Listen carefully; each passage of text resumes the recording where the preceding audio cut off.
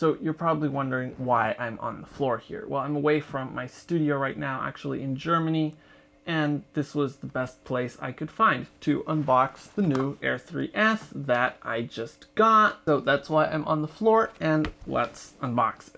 So first off, this package is a little bit smaller than I'm used to because I usually get the Fly More combo, but for this drone, because I already have the Air 3, I already have batteries and the smart controller for it, so I just got the regular non-Fly More kit, which has in it a regular RC-N2 controller.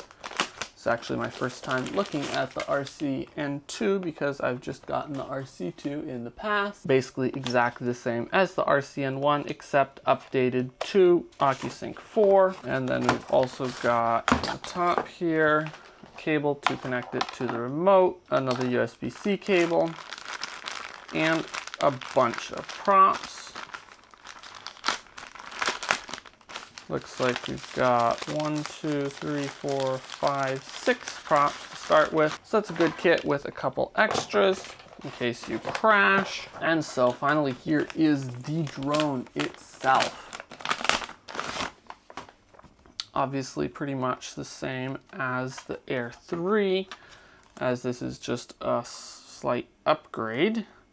Actually not so slight. They made some pretty major improvements, but it is a relatively minor upgrade as far as the actual body of the drone. Main thing is the new larger camera. It has a 1-inch sensor instead of the 1/1.3-inch sensor on the main camera. Otherwise, it's pretty much the same. Not a whole lot of other exciting things to say about unboxing it. So that is it for my slightly unconventional unboxing video of the Air 3S. I'm going to be making a whole bunch more videos about it, shooting with it here in Germany and hopefully Austria and maybe Switzerland as well. So make sure to subscribe for that if you've enjoyed this video.